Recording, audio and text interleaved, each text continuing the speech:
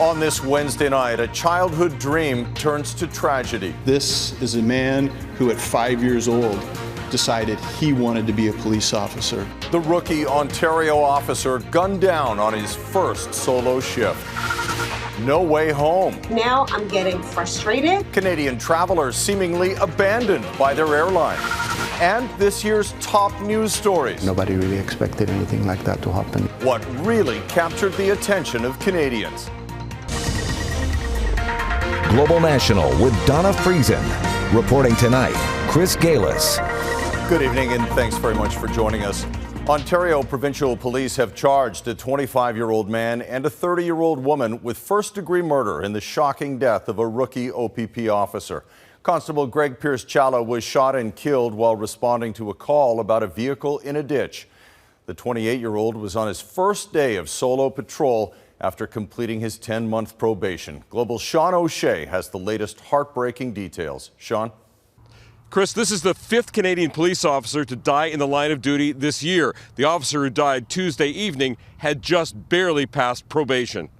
He was only 28 years old and had spent less than a year on the job. Ontario Provincial Police Constable Grzegorz Pierzchala, originally from Barrie, Ontario, described by the head of the force as someone who knew early on exactly what he wanted. This is a man who at 5 years old decided he wanted to be a police officer, and he had a brief opportunity to live out his dream and to do his best to keep our community safe. Pierzchala was responding to a call in rural Ontario, about 40 kilometers from the city of Hamilton. Police say the call was about this car in a ditch. The officer approached the motor vehicle, and the information we have is that it was fired upon, and he was shot and killed. The local community was told to stay indoors as police sought suspects. A few hours later, they arrested 25-year-old Randall McKenzie, and both suspects face first-degree murder charges. The meeting with the family was extremely devastated. They are absolutely heartbroken. Within hours of the officer's death, tributes poured in.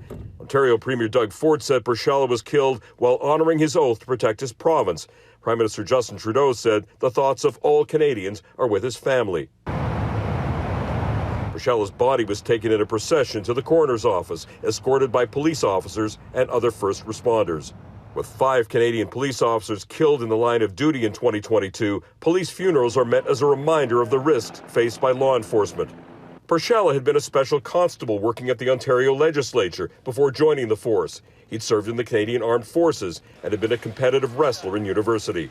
Then, on the very day he was told he passed a mandatory 10-month probation and was allowed to work alone, he was shot and killed while on patrol by himself. Everybody commented about what a fantastic police officer Greg was. Focus now, besides the investigation, to support his family, his parents, and siblings.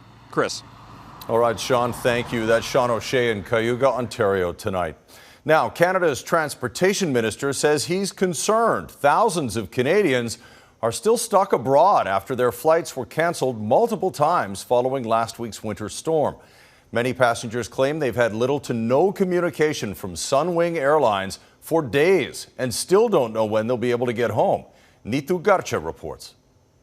Today is no flight going back home. Oh, God. For hundreds of Canadians stranded in Puerto Vallarta, this is the message they've repeatedly heard from Sunwing representatives. For Samin Banji, who recorded this video, it was the 5th time in a week she thought she was going home to Vancouver with her family. We can understand the weather, but the weather maybe was 2 or 3 days delayed. Well, I'm on day 14 of a 7-day trip.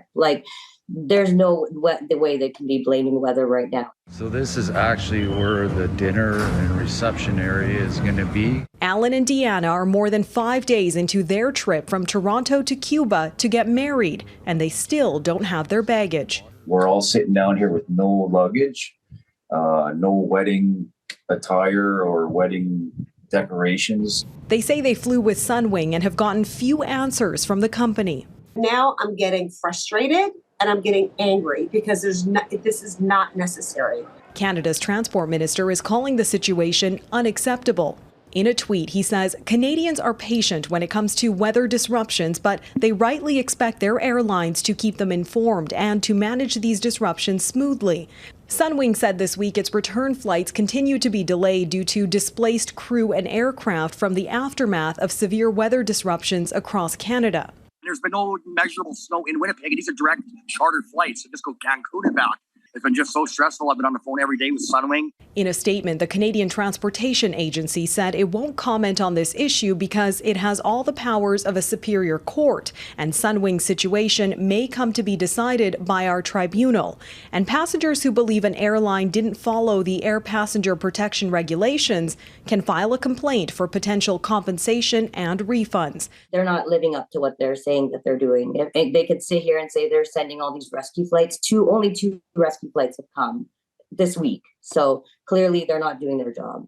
Banji says she hopes Sunwing will be held accountable and improve its communication with customers who feel abandoned by the airline. Neetu Garcha, Global News. In the U.S., no community was hit harder by deadly winter storms than the Buffalo, New York area, where the death toll has now risen to 34. A massive blizzard over the holiday weekend dumped more than 4 feet of snow on parts of the state, with the city of Buffalo getting the worst of it. Authorities say at least 3 of the dead have still not been identified, and there are concerns the death toll will rise as the full extent of damage becomes clearer. Members of the National Guard have been called in to help clean up, and they are going door to door in some neighborhoods to check on residents. In total, at least 60 deaths have been attributed to the storm across the U.S. As China continues to loosen pandemic-related restrictions, other countries are imposing restrictions on those traveling out of China. China recently announced an end to its zero COVID policy, followed by a surge in cases. The U.S., Italy, India, Japan, and Malaysia will now all require Chinese travelers to submit negative tests for entry. So far, Canada has not followed suit. China's official death toll this week stands at 3. However, international bodies studying the virus say it's more likely to be in the thousands. That comes at the end of a turbulent year for airports and airlines across the world. As passenger numbers bounced back, the industry really struggled. Redmond Shannon has a look at the challenges facing airlines and what passengers should expect in the year ahead. On Wednesday, Hong Kong followed China. Its government says it will scrap most COVID-19 restrictions for incoming travellers. Despite other countries now placing new testing rules on travellers from China, 2022 was a year when restrictions mostly fell away across the globe. The resulting rebound in air travel was almost as sharp as the fall-off in 2020. Although still about a third below 2019 levels, the number of air journeys is back to where they were in about 2014. It's no longer the case that we are convincing passengers to try to fly more, to get back to where we used to be in aviation. It's just whether or not airlines are in a position to be able to do so. And that was the rub. Airlines and airports that quickly laid off staff in 2020 struggled to hire back enough workers to meet demand, resulting in travel nightmares. I got stranded in Montreal for over 24 hours. I had 6 cancellations, 6 delays. For many, 2022 will be remembered as the summer of lost luggage. And not just in Canada. London's Heathrow Airport desperately asked airlines to simply sell fewer tickets. The invasion of Ukraine disrupted aviation in Europe. Ukraine's airspace unsafe. Russia, the world's largest country, banned Western airlines from flying through its skies too. The cost of oil dropped back after a post-invasion spike, but price hedging means there's often a delay in how that affects ticket prices. The cost of air travel, make no mistake, over the next year is going to be higher than that of 2022, and it will be attributed mostly to the war in Ukraine and what that has done to the oil price. As flying continues to rebound in 2023, the looming headache for airlines will be squaring that growth with the industry's ambitious net zero emissions targets. Redmond Shannon, Global News, London. A jail guard has been suspended following the death of an inmate at a Montreal detention center after the inmate was allegedly injured on Christmas Eve. 21-year-old Neetu Garcha Spring is said to have succumbed to his injuries after being transported to hospital from Montreal's Bordeaux jail. Quebec Provincial Police have launched an investigation into the incident, but no information has been released about how Spring was injured only that an autopsy will determine the cause and circumstances of his death. People who knew the man plan to hold a vigil in his honor Friday evening. A former Nazi concentration camp secretary gears up for a new legal battle. Coming up, why this 97-year-old is not going away quietly. Plus, escaping the war, the resulting refugee crisis from Russia's invasion of Ukraine.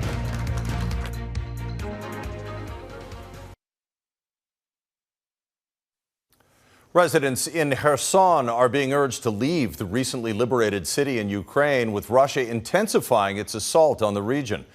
A maternity hospital is among the dozens of civilian targets hit in Wednesday's strikes. Although mothers and their newborn babies were taken to shelter safely, the building suffered significant damage. City officials say Kherson is one of the most dangerous places to be right now, but say that they are having difficulty convincing residents to leave. A strike on Christmas Eve killed at least 10 people. There are estimates about 100,000 Ukrainian soldiers and an equal number of Russian soldiers have been killed or injured since the start of the war in February.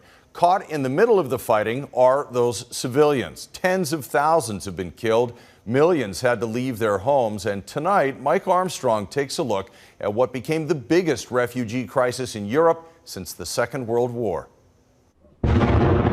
As the bombings continue, so does the misery. Just over the last month, according to the UN, close to 700,000 Ukrainians have been forced out of their homes. Over the summer, there were actually more refugees re-entering the country than leaving. That's turned around again, and experts say likely to get worse. People who had been holding out, with winter now setting in, may have to give up. If there's widespread power outages and, sub-zero temperatures, there's just not a possibility for people to stay. The numbers are staggering. Inside Ukraine, an estimated 5.9 million people are displaced. The number forced out of the country is even bigger. More than 7.8 million fled to Europe. Canada's contribution, 132,000 refugees were brought to this country. The reaction was quick and bipartisan, although uneven. Different provinces have decided to do different things. So, some of the maritime provinces have been very proactive, even chartering planes and getting people to Canada. Other provinces have been a little bit like, well, if they come, we'll deal with it. In the first weeks of the war, there was a rush to get out. About 200,000 people were leaving every day. We were on the ground in Poland and Western Ukraine. Most of the people we met didn't know where they were going, only that they couldn't stay. This girl's family said they were waiting for a bus. They didn't know the destination. They did know it was better than being at home. She says she and her family spent 5 nights hiding in their basement.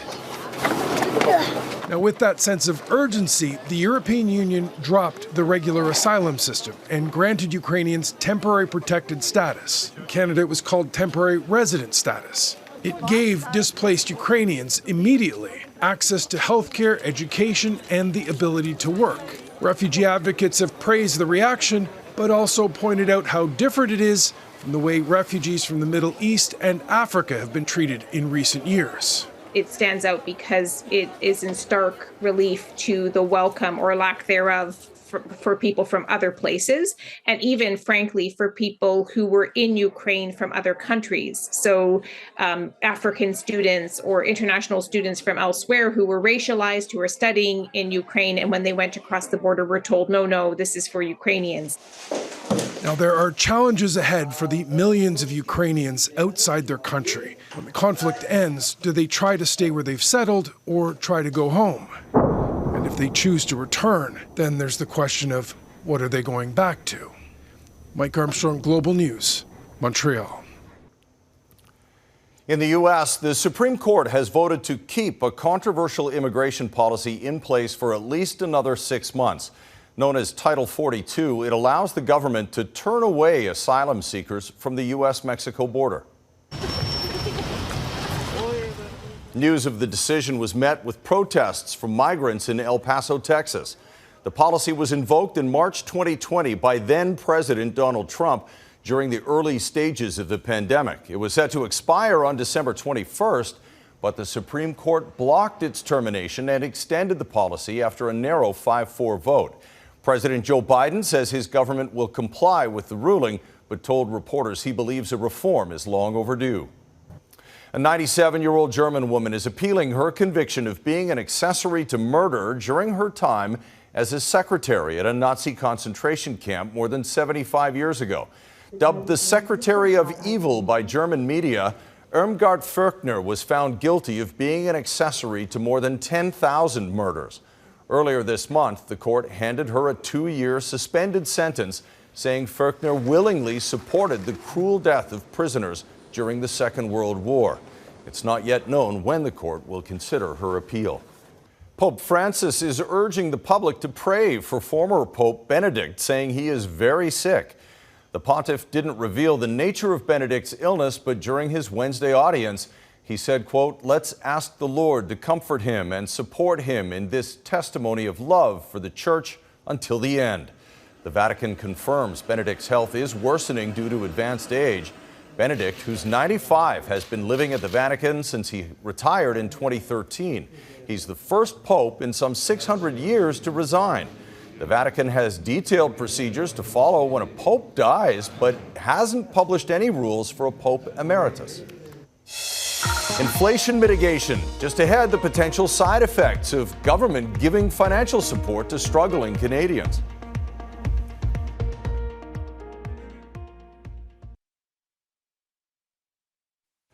Questions tonight about how much help from the government is too much help. Governments of all stripe across Canada are providing financial assistance to taxpayers as a way of easing the sting of inflation. But as Ross Lord reports, cost of living checks could come with some unintended effects. Inflation that reached record levels this year put immense pressure on all levels of government to offset the impacts. Most provinces and territories are providing inflation assistance, cost of living payments that largely are in the hundreds of dollars per recipient.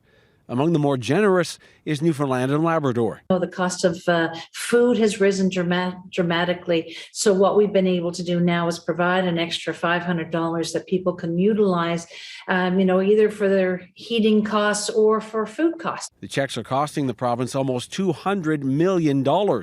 It has the money because one inflation driver, the high price of oil, generates big bucks for the government.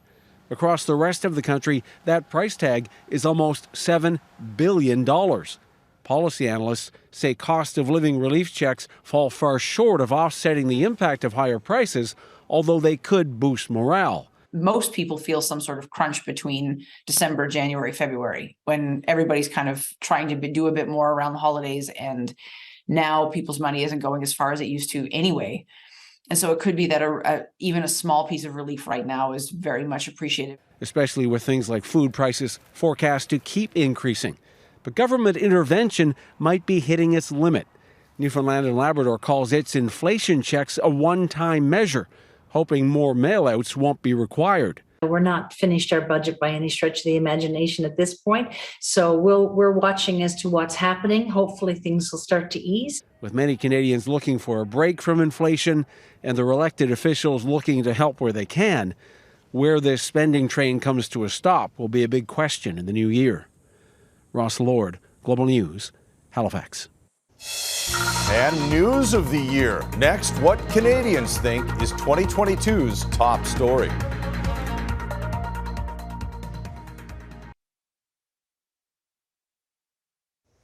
As 2022 draws to a close, Canadians are reflecting on the major events that have shaped this year. A new Ipsos poll conducted on behalf of Global News finds some major conflicts were front and center for a lot of people. Taria Isri explores the top news stories of 2022 according to you. Streets sliced open by shrapnel, scorched vehicles, bombed out buildings. The Ukrainian army retook the southern city of Kherson from Russia, but it bears the wounds of battle, as does the entire country in a conflict that's reshaping both Europe and the world and leaving its mark on the year 2022. Nobody really expected anything like that to happen in Europe. It's been, 75 years or so since the last war. An Ipsos poll done for Global News found more than 70% of Canadians believe the war in Ukraine is the biggest international news story of the year. Just saw the president of Ukraine in Washington.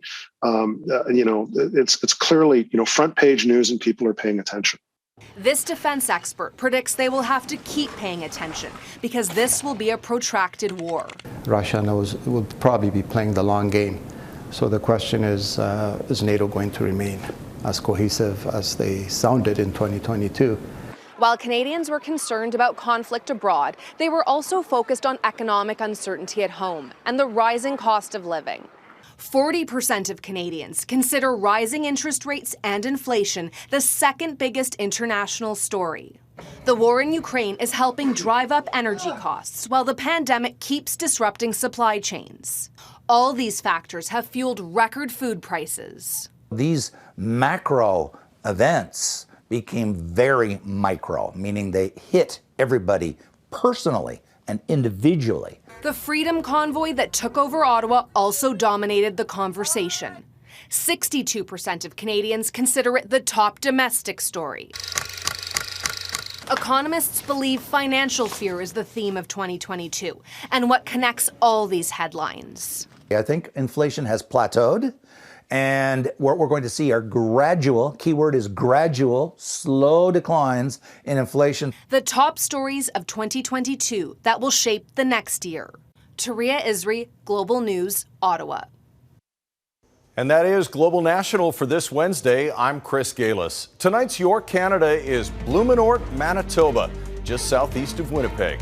And we love seeing Your Canada, so please email your pictures to viewers@globalnational.com. Thanks very much for watching. Hope to see you again right here tomorrow. Have a great evening.